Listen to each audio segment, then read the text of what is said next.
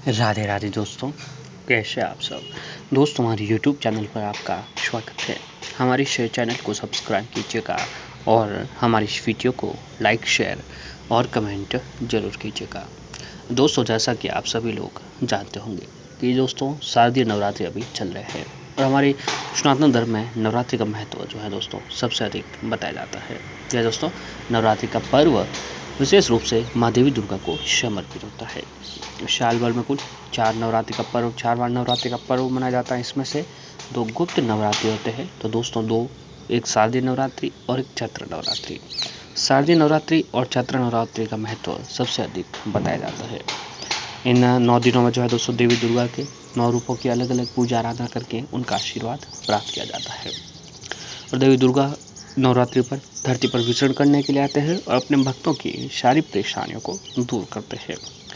कई लोग जो है दोस्तों हर दिन व्रत रखते हैं अलग अलग देवियों को प्रसन्न करने के लिए। तो कई लोग ना दोस्तों 9 दिन तक जो है अखंड व्रत करते हैं, जिसे माता रानी अतिशीघ्र प्रसन्न होती है और हर मनमानी बातें पूरी करते हैं। दोस्तों नवरात्रि का पर्व हमारे सनातन धर्म में सबसे अधिक महत्वपूर्ण बताया जाता है। ये एक पर्व के रूप में मनाया जाता है, त्यौहार के रूप में मनाया जाता है। लोग 9 दिनों तक देवी के भक्ति में डूबे हुए रहते हैं। देवी माता को प्रसन्न करने के लिए घर में व्रत, उपाय, यातना और साधना करते हैं ताकि माता रानी प्रसन्न हो और व्यक्ति की हर मनमांगी मुरादें पूरी कर रहे हो। तो इसके लिए जो है दोस्तों नवरात्रि के इस पावन पर्व पर जो है आप लोगों को माता रानी को प्रसन्न करने के लिए अपने घर पर जरूर कुछ खास उपाय करना चाहिए। और ये तो आपने देखा होगा कि दोस्तों सनातन धर्म में जो है दोस्तों नवरात्रि के समय जो है सबसे अधिक उपाय, यात्रा, साधना, टोटके आदि किए जाते हैं। क्योंकि दोस्तों इस दिनों में हम जो भी पूजा करते हैं, जो भी आराधना करते हैं, जो भी टोटके करते हैं, जो भी जिस मंत्रों का भी जाप करते हैं, उसका फल जो है दोस्तों अति शीघ्र मिलता है। यानी उसका फल जो हमें तुरंत देखने को मिलता है। तो दोस्तों इस बार के शारदीय नवरात्रि 26 सितंबर से शुरू हो चुके हैं, जो कि आगे जाकर 5 अक्टूबर तक को खत्म होंगे। हिंदू धर्म में नवरात्रि का खास महत्व होता है। शारदीय नवरात्रि में पूरे 9 दिनों तक माँ दुर्गा के विभिन्न स्वरूपों की पूजा करने का विधान है। वैसे तो नवरात्रि के पूरे 9 दिन खास होते हैं, लेकिन अष्टमी और नवमी तिथि का विशेष महत्व होता है। नवरात्रि में अष्टमी और नवमी तिथि पर कन्या पूजन करने की भी परंपरा है। हिंदू धर्म में कन्या को साक्षात माँ दुर्गा का स्वरूप माना जाता है। मान्यता है कि नवरात्रि में कन्या पूजन से माँ दुर्गा प्रसन्न होती है और भक्तों को सुख समृद्धि का आशीर्वाद देती है। तो ऐसे में चलिए दोस्तों जानते हैं कि नवरात्रि में कन्या पूजन क्या महत्व है और कन्याओं को कन्या पूजन में से कौन सी चीज़ें दे देनी चाहिए जिससे माता रानी हमारे सारे दुख, तकलीफ, परेशानियाँ अपने साथ लेकर चले जाते हैं। यहाँ दोस्तों नवरात्रि पर जो है ऐसे कहीं जो है उपाय करते हैं, साधना करते हैं और यात्रा करते हैं। उसके साथ ही जो है दोस्तों नवरात्रि के इस पावन पर्व पर जो है कन्या पूजन करना बहुत ही अधिक उपयोगी बताया जाता है। कन्या पूजन के बिना जो है दोस्तों नवरात्रि का व्रत आखिर में अधूरा माना जाता है। तो साथ ही कन्या पूजन के साथ ही कन्याओं को आज के दिन कुछ भेंट भी आपको जरूर करनी चाहिए। उसी भेंट के बारे में हम आपको आगे बताने वाले हैं। दोस्तों कन्या पूजन कब है उसके बारे में जान लेते हैं कि नवरात्रि में कुछ लोग अष्टमी को तो कुछ लोग नवमी के दिन कन्या पूजन करते हैं।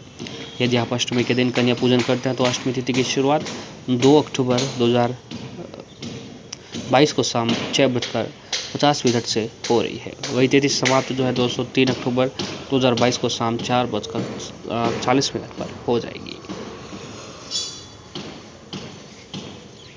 इसके अलावा नवमी तिथि की कन्या पूजन करते समय जो है दोस्तों तिथि की शुरुआत 3 अक्टूबर को शाम 4:40 से हो रही है, जिसका समापन 4 अक्टूबर को दोपहर 2:20 पर हो रहा है।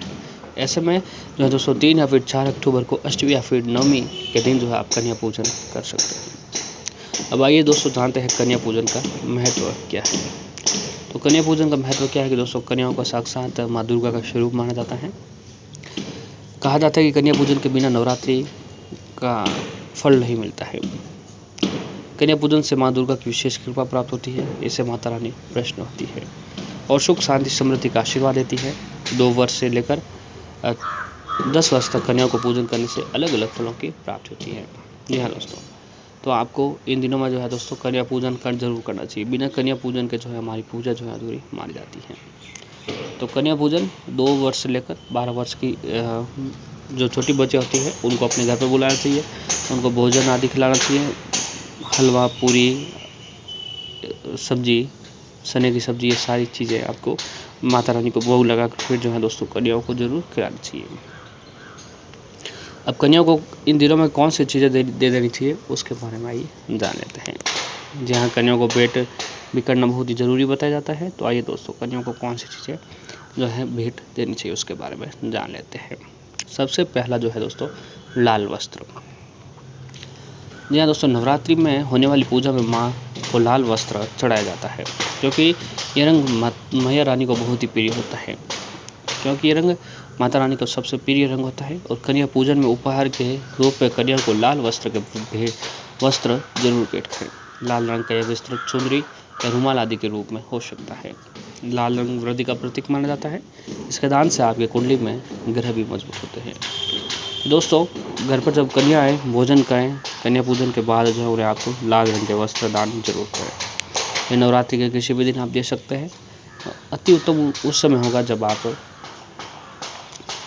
अष्टमी या फिर नवमी तिथि के दिन कन्या पूजन के बाद उन्हें यदि चीज़ भेंट करते हैं। अब अगला जो है दोस्तों फल।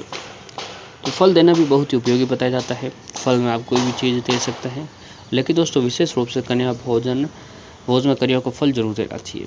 मान्यता कहा जाता है कि कन्या पूजन में कन्या को फल देने से कहीं गुना फलों की प्राप्ति होती है। माता रानी भक्तों की सारी मनोकामनाएं पूर्ण करती हैं और ऐसा माना जाता है कि केला का फल भगवान विष्णु जी को बहुत ही प्रिय होता है। श्रीफल लक्ष्मी जी का प्रिय फल माना जाता है, तो इन दोनों को दान करने से घर में सुख समृद्धि का आगमन होता है। दोस्तों, आप माता रानी लक्ष्मी जी की कृपा प्राप्त करने के लिए उन्हें कन्या को श्रीफल भेंट करना चाहिए। भगवान विष्णु जी की कृपा पाने के लिए जो है दोस्तों केले का भेंट करना चाहिए। ऐसा करने से आपके ऊपर जो है दोस्तों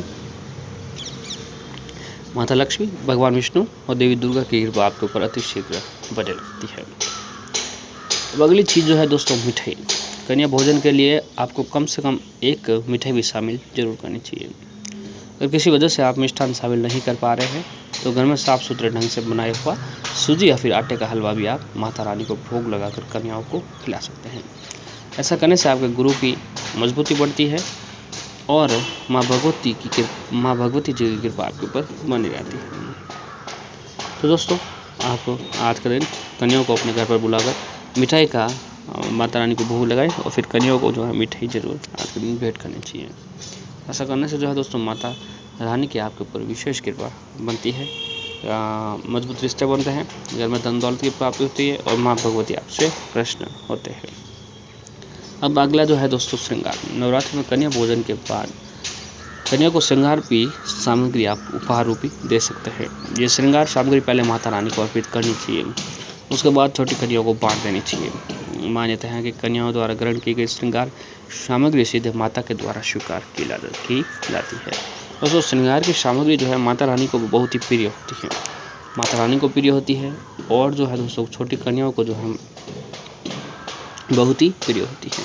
जी हाँ, छोटी कन्याओं को भी जो श्रृंगार सामग्री होती है वो बहुत ही प्रिय होती है। तो दोस्तों ऐसे में माता रानी को प्रसन्न करने के लिए पहले छोटी कन्याओं को जो है दोस्तों पहले माता रानी को श्रृंगार की सामग्री भेंट करें और उसके बाद जो है छोटी कन्याओं को श्रृंगार की सामग्री आपको भेंट कर देनी चाहिए। ये सामग्री जो है दोस्तों सीधे माता रानी के द्वारा स्वीकार की जाती है। अब अगली जो चीज़ है वह दोस्तों चावल। बिना चावल के हर पूजा अधूरी मानी जाती है, ये तो आप सभी लोग जानते हैं। तो दोस्तों नवरात्रि में भोजन के बाद कन्याओं को विदा करते समय कन्याओं को उपहार के रूप में थोड़ा सा चावल और जीरा भी दे देना चाहिए। इससे आपके घर में संपदा बढ़ती है। दरअसल परंपरा के अनुसार कन्याओं को जब विदा किया जाता है तो उन्हें विदाई में कोचा दिया जाता है, तो इस कोचे को चावल और गुड़ दिया जाता है। तो दोस्तों आप कन्या भोजन के बाद कन्याओं को जो है चावल और जीरे का भी उपहार रूपी दे सकते हैं। 1.25 किलो चावल और उसमें थोड़े से जीरे डालकर कन्याओं को उपहार रूपी जरूर भेंट करें। ऐसा करने से जो है दोस्तों माता रानी की आपके ऊपर विशेष कृपा बनी रहती है। अब अगली जो चीज़ है दोस्तों धन। कन्या भोजन में कन्या को दक्षिणा के रूप में रुपए पैसे आपको जरूर देना चाहिए। कन्या को दक्षिणा के रूप में धन देने से घर में धन धान्य के भंडार बढ़ते हैं, घर में धन का आगमन होता है। अपने सामर्थ्य के अनुसार कन्या को 11, 21 या फिर 51 रुपये आपको अपनी श्रद्धा के रूप में कन्या को जरूर भेंट करना चाहिए। ऐसा करने से जो है दोस्तों आपके ऊपर देवी दुर्गा की विशेष कृपा बनती है, घर में धन दौलत की प्राप्ति होती है और आपके घर की जो भी परेशानी है वो खत्म हो जाती है। तो दोस्तों कन्या पूजन में कन्या को ये सभी चीज़ें आपको जरूर करनी चाहिए। आपके ऊपर हर प्रकार की परेशानी खत्म होगी, माता रानी की कृपा बनी रहेगी और घर में दिन दूनी और रात चौगुनी आपको तरक्की देखने को मिलेगी। तो दोस्तों आप ये सारे काम नवरात्रि के नवमी या फिर अष्टमी तृतीया के दिन जरूर करना चाहिए। ऐसा करने से आपके ऊपर देवी दुर्गा जी की विशेष कृपा